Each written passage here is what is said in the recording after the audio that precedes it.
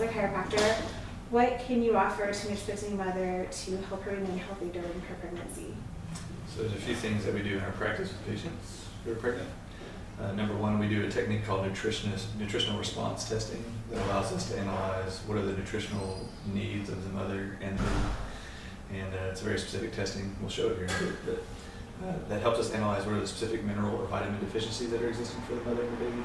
And then we coach them on what kind of supplements or foods will actually provide those minerals to them.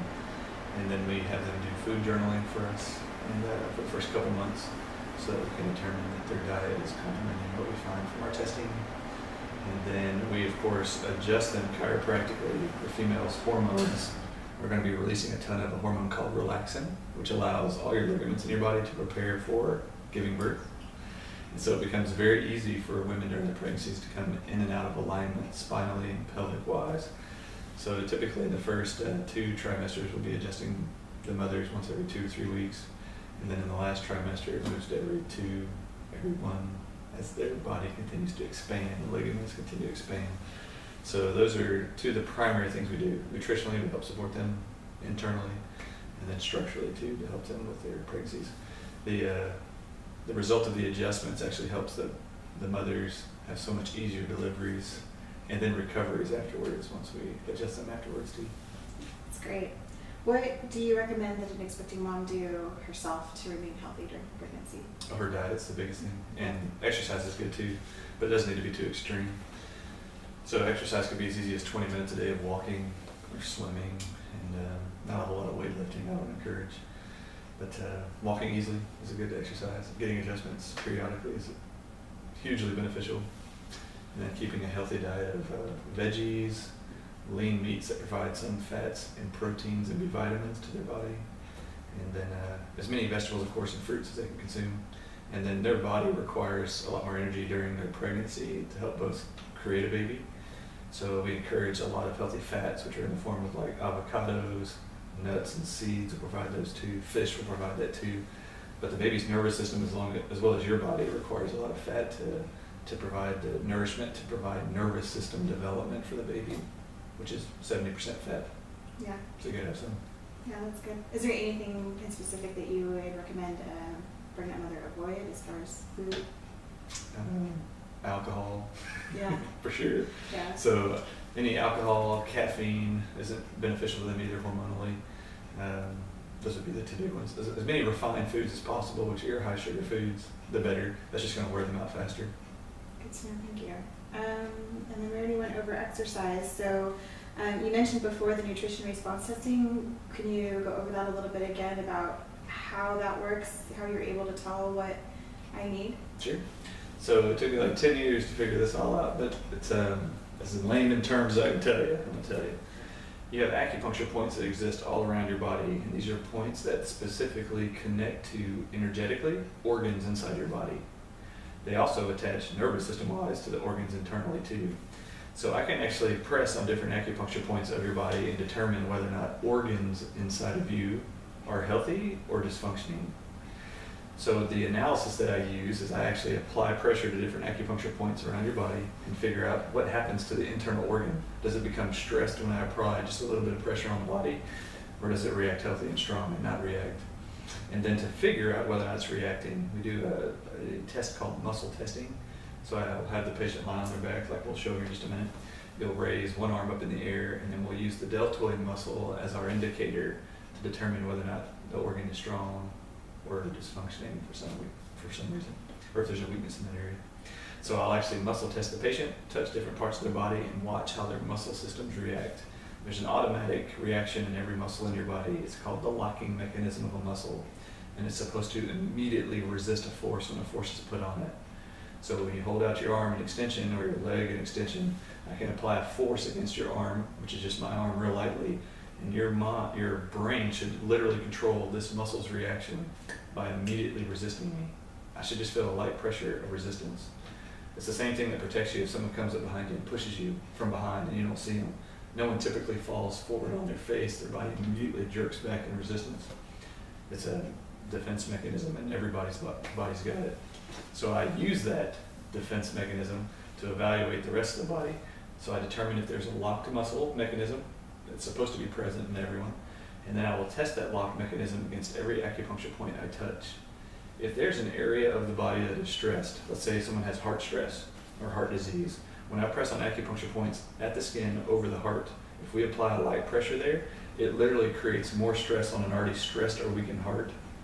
The brain, which is controlling your muscle systems as well as your heart, if it finds there is more stress on a vital organ in your body, it will always focus its attention on the heart or that vital organ over for controlling your skeletal muscle systems. So what happens is in the immediate moment when I test the muscle will not react strong to me when I apply pressure to a weakened heart. It will immediately go weak because the brain's no longer controlling muscles. It's actually reacting to the heart stress I'm applying.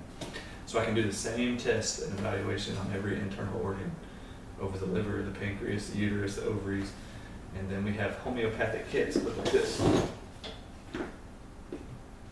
they've got all these different vials in them. And these are just examples, but once we determine which organ in the body is stressed, we can then figure out what is causing the stress to that organ. Is it a food they're eating? These are just examples of different types of foods, from wheat, soy, corn, dairy, sugar, all kinds of foods. And then we've got other kits that include infections, which can be problematic and stressful in the human body. So we have examples of bacteria, viruses, funguses, and parasite homeopathic kits. We can lay these kits on the body after we determine which organ is stressed. These kits allow us to determine what's stressing that person's individual organ. And then we can figure out what's the fix to remove that stressor. Is it a supplement? Is it a dietary change? Is it chelation to remove a toxic chemical or drug toxicity in that patient? So we've got all these different kits here that help us figure that out. Then we've got all the solutions up here, which are typically whole food, vegetable products, or herbs, or homeopathics to help us eliminate those problems. And then we encourage the patient through diet to help us complement what we're doing supplement-wise. Awesome. Thank you so much. You're welcome. So if we all go ahead and give for the demonstration, that would be great. Let's do it. All right. Thanks.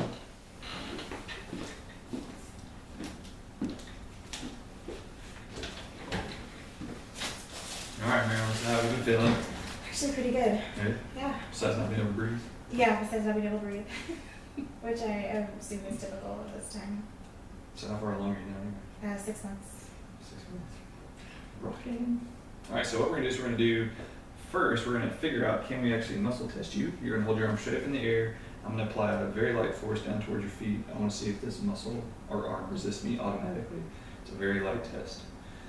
And it does immediately resist me. Now what I'm gonna do is I'm gonna start touching acupuncture points, and at every point, I'm gonna test the arm and just see, does it resist me or does it go weak? Okay, so I'm gonna hold this up here. And let's just find out if any areas when I touch them, the arm goes weak and relaxes. That's all I'm looking for. If everything stays strong, then I'm not concerned.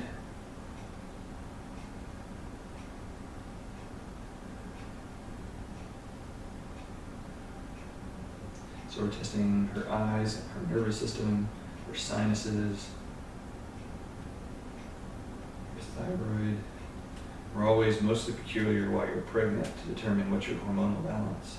And there's 4 major hormones that we evaluate for. It's your pituitary, your thyroid, your adrenals, and your ovaries. Right now we're at your immune system point, we're at your lungs. Everything so far is testing great. Besides the fact your lungs might be physically cramped. Right. Baby. We're going to check your liver here. Get that test strong. Gallbladder, kidneys, adrenals. Good.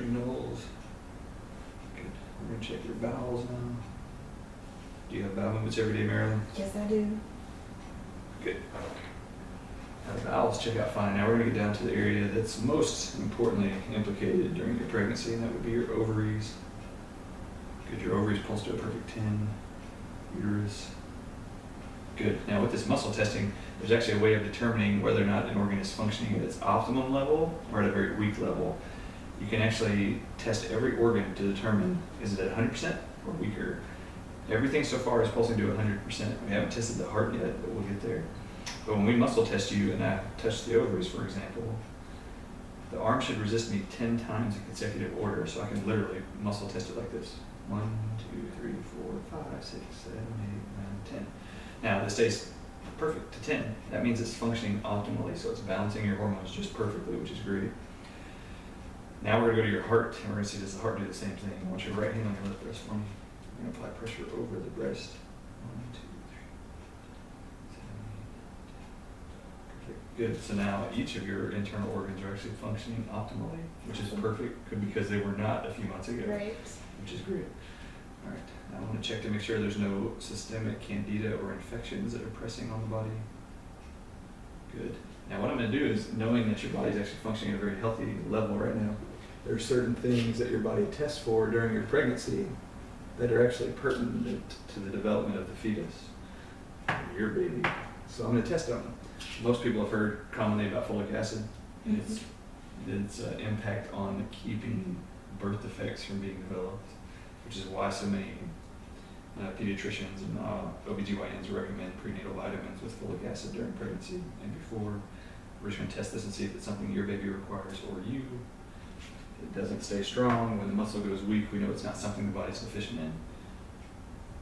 Now we're going to test choline. Now, choline is something you actually do test for, so we know the body would benefit from this, both you and the baby. Now we're going to test inositol too. Good, and that stays strong too. Great, perfect. All right, that's all there is to it. So you physically are at an optimal level health-wise. There's a couple of elements that you test for that would be beneficial to you and the baby. Choline and inositol, which are actually two elements found in almost every baby formula now, because they know its impact on the neurological development of the kid. When your baby's born, you actually have 3 years of nervous system development, which choline and inositol play a key role in helping facilitate. And you test for that. You're deficient in a little bit of that from the diet. All right, come on up. All right, perfect. Thank you.